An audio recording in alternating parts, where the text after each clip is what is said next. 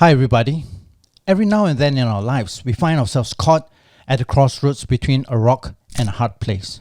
These moments often serve to reveal our true priorities in life, and that can be a good thing. So, today, as much of our way of life stands threatened by the risk of this coronavirus, I can't help but wonder what this is going to reveal about the condition of our faith. So today, story time. We're going to be looking at a story that is written in the ecclesiastical church history written by Eusebius. And this is concerning the bishop of Alexandria by the name of Dionysius, who lived around the 3rd century. It was a time of great persecution, and there was a prefect or sort of governor, Roman governor, at that time that goes by the name of Aemilianus.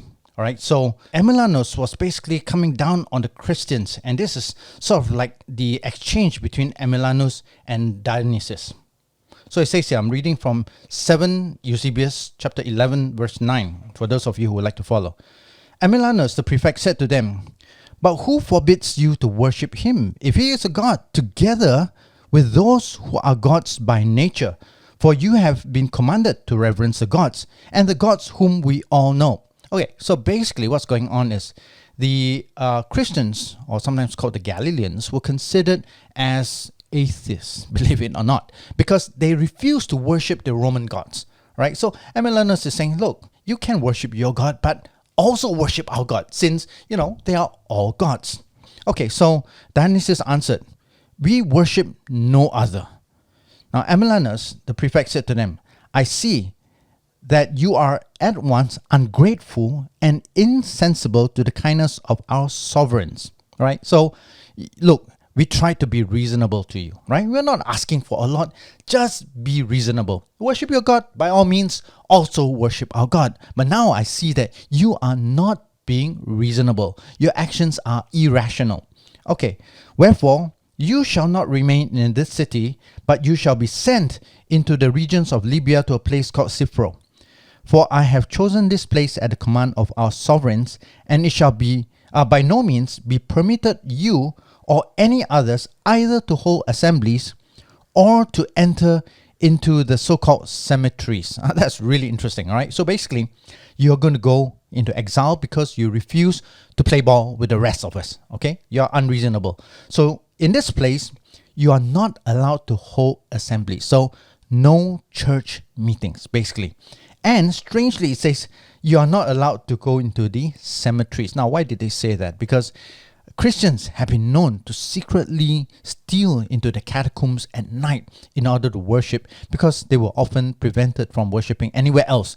So, early in the hours of the morning before anyone got up, they would go into these catacombs where people were buried, and they would worship. So now Aemilianus knew this. So he said, "Now you are not allowed to hold these public meetings or even to meet secretly." Further on, he says, "For suitable punishment shall not fail," right? So whoever is found to be in this assembly, he will bring peril on himself. So he will be punished. Something will be done to them, maybe thrown into prison, perhaps even they might be stoned or killed. So what does Dionysius say?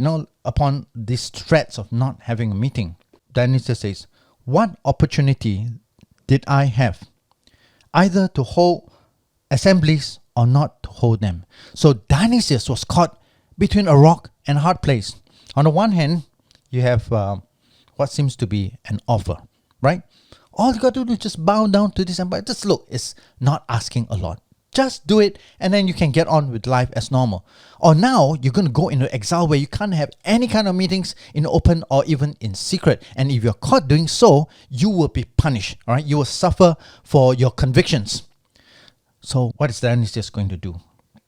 So he says, "But through the help of the Lord, we did not give up our open assembly, but I called together the more diligently those who were in the city, as if I were with them, being, so to speak, absent in body, but present in spirit."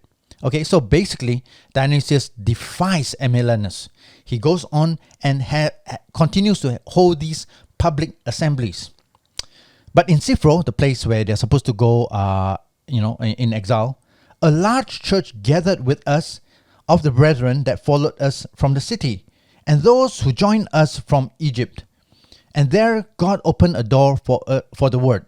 Okay, so these guys, they knew that there was this threat of punishment, of severe persecution, but they continued to meet. Amazing, right? At first, we were persecuted and stoned. So sure enough, you've been warned.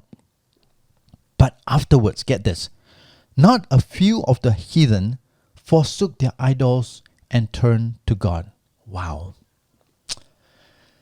What do we do when we are caught between a rock and a hard place?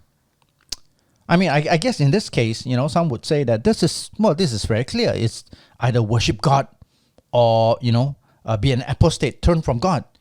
Well, there are other instances in history as well. And this second story is written by Josephus in a book called The Jewish Wars. And this chapter 2, verses 169. So what happened now was during the time of Pontius Pilate, right? So Pilate was sent as the procurator of Judea by Tiberius, the Emperor Tiberius. So when he first came, now you got to understand, sometimes we got this picture that Pilate was this, sort of kind guy, who was willing to overlook things. But let me tell you, history tells us that he was a vicious guy, right? He was merciless. So when he became procurator of Judea, which included Jerusalem, this is what happened. He sent by night those images of Caesar that are called ensigns into Jerusalem. Right, so this Romans, they like all these emblems, these symbols, and these ensigns of Caesar. They'll bring it into Jerusalem. This excited a very great tumult amongst the Jews when it was day.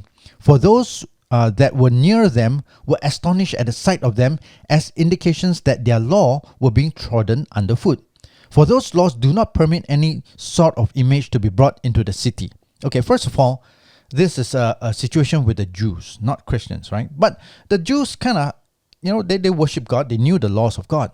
But here was a case where it wasn't exactly a biblical law, as it were, but maybe a derivative law. So they had this tradition that you are not allowed to bring any images into Jerusalem. Okay, nay, besides the indignation which these citizens themselves had at the procedure, a vast number came running out of the country. They came zealously to Pilate to Caesarea Maritima, right, by the Mediterranean, and besought him to carry those ensigns out of Jerusalem and to preserve them to their ancient laws inviolable. But upon Pilate's denial of their request, they fell prostrate upon the ground and continued immovable in that posture for 5 days and as many nights. So they were really upset that, someone had broken their law, the customs. And so now they were having, I guess, a kind of protest. They were just lying down on the floor and they refused to move, I guess, blocking the way, right? So the next day, Pilate, this is in Caesarea Maritima, and they had all come to his headquarters. And he sat on his tribunal in the open marketplace and called to him the multitude, as desirous to give them an answer, and then gave a signal to the soldiers that they should all, by agreement at once, encompass the Jews with their weapons. So what happened was, all the Jews were asked together, I'm going to give you an answer. So of course, everyone came. They wanted to know, was this protest, was this plea successful? But Pilate, he had a plan, right? So when all these protesters had gathered, he had surrounded all of them with soldiers and their weapons, right? So that's what happened. So the band of soldiers stood around the Jews in 3 ranks. The Jews under the utmost consternation at the unexpected sight. So they were really surprised, right? Realizing that they had fallen into a trap. So Pilate said to them that they should be cut into pieces unless they would admit Caesar's images, and gave intimation to the soldiers to draw their naked swords. So all the soldiers pulled out their swords surrounding all these Jews and said, look, I'm giving you a choice, right? You're either, on the one hand, going to be cut into pieces with these very swords that you see drawn, or you can just, allow these signs into Jerusalem. I mean, what's the big deal, right? I'm not asking you to worship these signs. It's just a custom. It's not even a biblical law. Hereupon, the Jews, as it were, at one signal, fell down in vast numbers and exposed their bare necks and cried out that they were sooner ready to be slain, then their law should be transgressed. Hereupon, Pilate was greatly surprised at their prodigious superstition and gave order that the ensigns should be presently carried out of Jerusalem. Wow. I think it's not so much the specifics of the controversy or the conflict, as it were. But I think these events often serve to reveal where people's convictions lie. Today, as we think about how this COVID-19 is impacting our society, and particularly, on the question of whether we should or should not meet as Christians, and that is a separate debate all by itself. But at the same time, this also reveals our priorities. How important are these things to us? It may reveal our theology. Is coming together in church really an important thing, or is it just a sort of convenience, right? I mean, look, we can do it if you want to, but you really don't want to. It's not that important. So I leave you these stories for your consideration. To think about, what would you do if you were caught between a rock and a hard place?